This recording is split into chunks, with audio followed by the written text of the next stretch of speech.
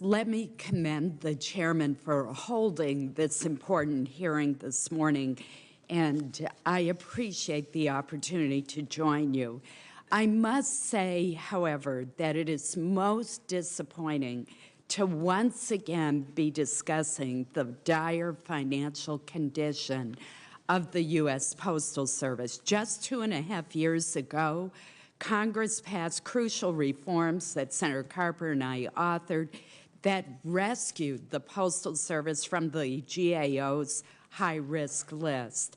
Today, the Postal Service is once again in a financial crisis, and once again, it has landed on the high-risk list. In 2008, the agency lost $2.8 billion, and this year, as my colleagues have indicated, it is projected to have a net loss of a staggering $7 billion. The Postal Service matters to our economy. It is the linchpin of a $900 billion mailing industry that employs 9 million Americans. So what we're talking about affects far more than the employees who are working in the local post office or distribution centers. It affects 9 million Americans working in fields as diverse as paper manufacturing, printing, publishing, direct mail, and financial services. And indicative of that is one of our witnesses today.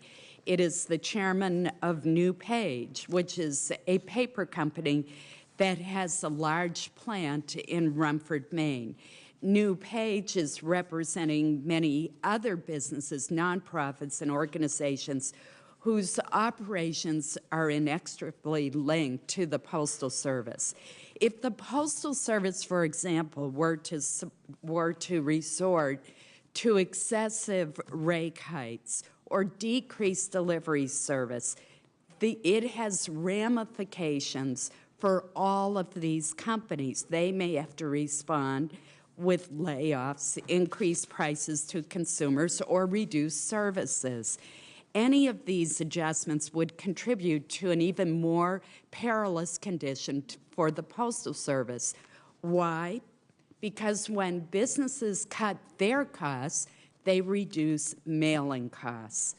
And that leads to a further erosion of the Postal Service's shrinking mail volume, which in turn will prompt more proposals for rate increases and renewed calls for truncated delivery services. As Senator Lieberman has indicated, this is a vicious cycle that has no good outcome. We must prevent this death spiral. We all must put our shoulders to the wheel and accomplish the difficult task of transforming the Postal Service. The Postmaster General has offered 3 major proposals for Congress to consider. First, adjusting the payments to the Retiree Health Benefits Fund.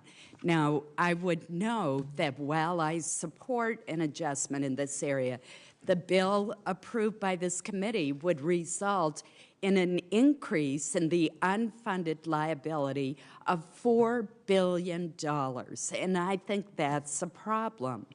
Second, the Postmaster General has proposed to eliminate 6-day-a-week mail delivery.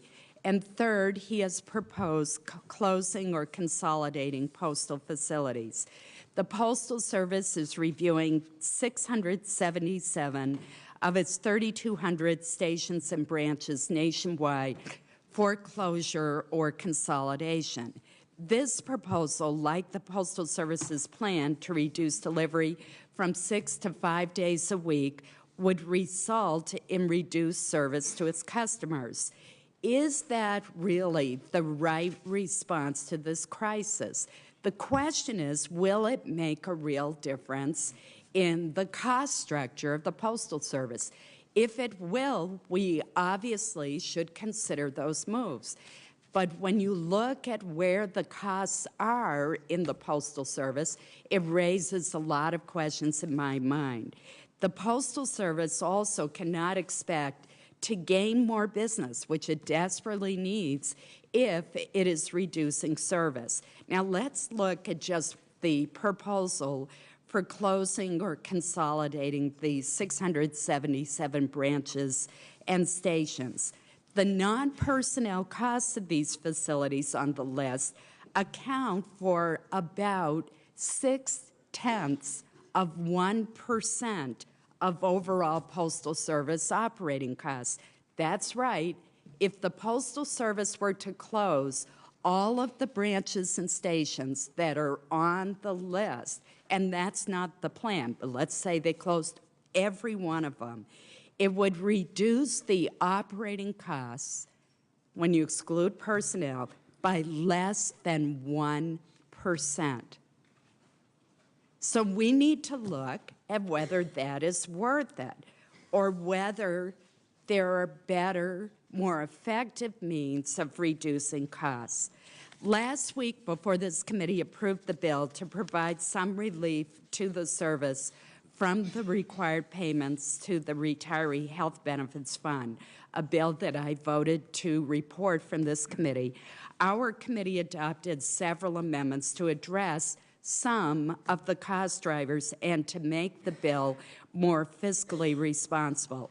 I believe that additional changes need to be made on the Senate floor, but there is no question that we do have to act. We simply must rescue an institution dating to the early days, the earliest days of our nation. We cannot allow the Postal Service to fail because it is too fundamental to our economy. But it is going to take an honest assessment of where the costs are, and it's going to take everyone working together, Postal Service management, employees, members of the mailing community, this Congress, and the administration to contribute to the solution. We must work together to find a real, lasting, and fiscally responsible solution. Thank you, Mr. Chairman.